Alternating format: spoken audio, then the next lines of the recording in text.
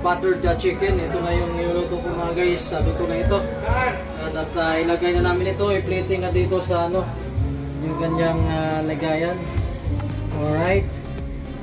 Masarap na masarap to guys. Sa halagang 195 pesos lamang. Yan, 6 na piraso lang ito guys. Yan, 6. Okay. Bali ito guys. Yan, ito yung butter na tinunaw guys.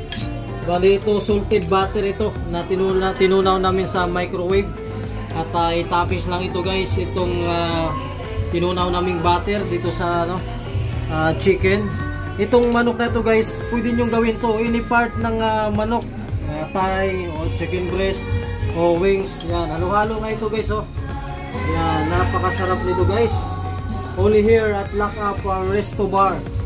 Yan guys, oh. At ito yung sausawan guys, oh. Tamis, anghang, ketchup, bagay na bagay talaga dito sa ating buttered chicken. Alright guys, at pwede itong i-serve sa mga customer namin. Alright, thank you for watching and God bless sa ating lahat.